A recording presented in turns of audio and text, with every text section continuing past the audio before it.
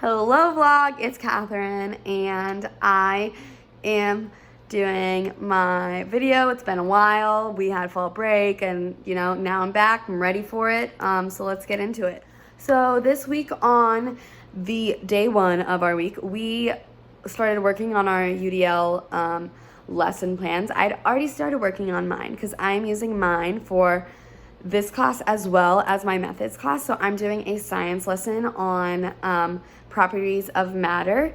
And so I was kind of just working on ways to make it beneficial to all learners and to where every single person in my classroom could get something from the lesson. And it's been an interesting time in my classroom. I love it, and I've had a really great class. Me and my CT are not necessarily the same at all, but he's really supportive, and so he's really been helping me a lot.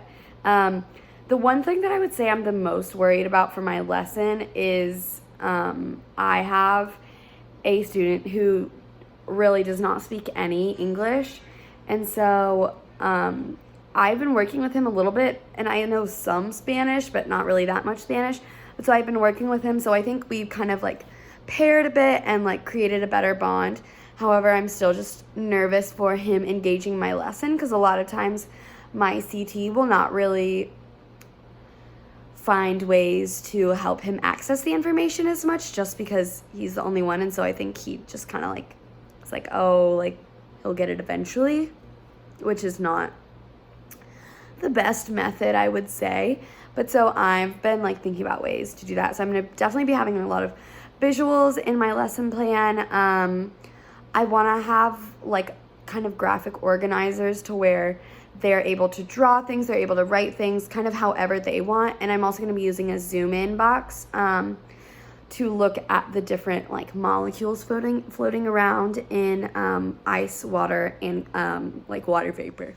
And so that will be one of the ways that I am making this lesson more engaging and accessible to all students. In terms of the engagement aspect of UDL, I'm going to be having them stand up and move their hands around to show the different ice, water, and water vapor. So for ice, I'm going to kind of give them suggestions of what I think that the movement should be, but I'm going to let them kind of change it however they want. So for ice, it'll be something like this.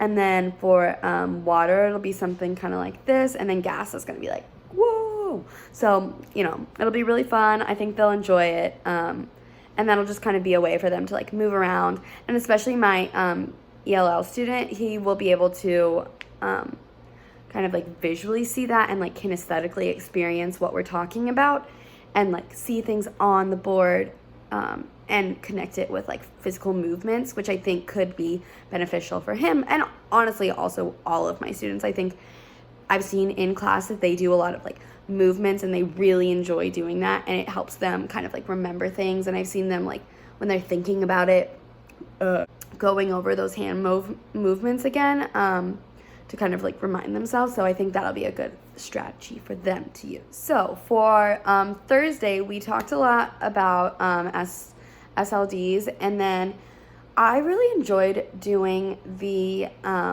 actual examples of what it's like to have those. So doing the reading activity with dyslexia, and then doing the writing with our non-dominant hand for dysgraphia. It was kind of one of those things that I just don't feel I recognize what it feels like. It's something that a student is going to struggle with, and it's going to make it more challenging for them to either access the information or create or obtain the information in a specific way, whether that's writing or reading. But I didn't really recognize and put to terms what that really means for a student, and I was so frustrated after doing the reading aspect, and I did not obtain any of the information, and I honestly was always asking Elise. I was wait, what is this word? Because I don't get it. And it was so difficult for me, and I know if I would have had that, that just would have been such a difficult aspect of my life to get past, because especially as a young student, I would have been so just completely like frustrated and like overwhelmed by everything, and some people saying it was easy and some people saying it wasn't. It kind of reminds me when I was, I mean, this is not the same thing at all, but it's similar. When I was in kindergarten, I had such a hard time reading, and like we thought I either had like dyslexia or some sort of like reading disability. However, I just couldn't see like actually, and I needed glasses. And so eventually I got glasses, and it was like so much easier. But just like going through that, I had such a hard time with reading at like my early stages of like learning and education, and it was really hard for me to even sort of feel engaged or want to participate in anything that had to do with that. And like mine was something that I could easily fix, but like dyslexia and dysgraphia and dyscalculia, like you can't just snap your fingers, put on some glasses, and it fixes it.